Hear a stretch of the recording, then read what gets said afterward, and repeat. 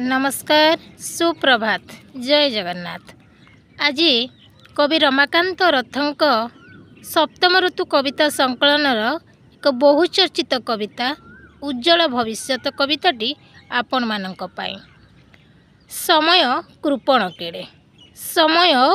केड़े मना करदेला आउ एक चंद्रपक्ष राति मो देह को कोइलीर तंटी चिपीदेला ता मतरे गोटे गीत ही खूब उपरओली को चाहू चाहू रखीदेला दृष्टि बा स्पर्शरे अपहंच अंधारर सिंधुक भितरे समय अनेक थर निशार्धरे झड़ होई आसे। खोला रही जाइथिबा झरका बाटे वर्षा पानी सरसर उद्भ्रांत बतासे पत्नीकर फोटोग्राफ शून्यगर्भ उच्च कांदणारे जंत्रणा यथेष्ट हेला भावुथिबा लोककु समय केतेबेले कृपण तो केतेबेले विभीषिकामय।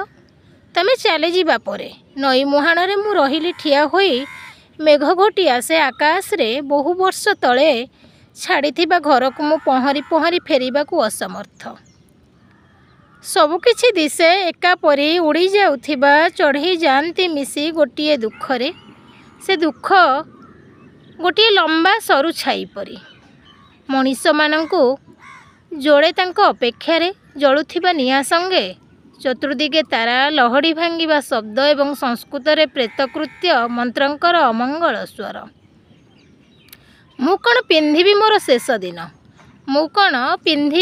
शेष दिन जदि हाफ पैंट पिंधिबी ताहले बोधे देखाजीबी खेलुआड़ परी लोके देखिबे जे शेष मुहूर्त जाए मु बेपरुआ थिली मन फुर्ती थिला सोचना नथिला खेल भितरे सतेबा जीवनटा थिला मोर विश्राम समय।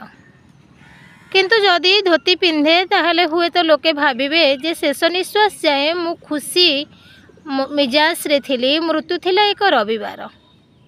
बाहरे सिनेमा गीत और घर भितर चा और सिगरेट एवं गपसप दुनिया जाकर मु मो शेष दिन जदि सूट पिंधे तेबे दुनिया भाविबो मते निर्धड़क शौकीन साहेब।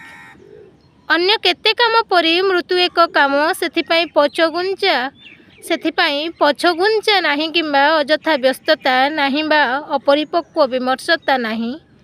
मोर वेशभूषा जहा हेउ पछे अन्य एक मृत्यु हेब मो मरिबा दिन फुंगोला देहरे कंकी धरिबारे कोली तोलिबारे सकाळ गोटाक काटुथिबा बालकर सेदिन देहांत हेब मोर आजीवन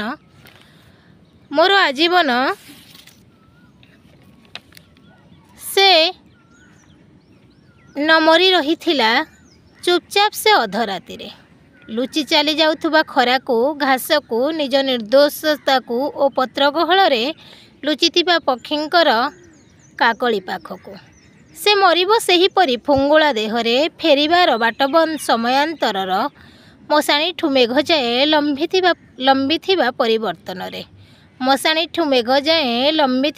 परिवर्तन रे। नमस्कार जय जगन्नाथ। कविताटी किपरि लागिला निश्चय मतामत रखिबे।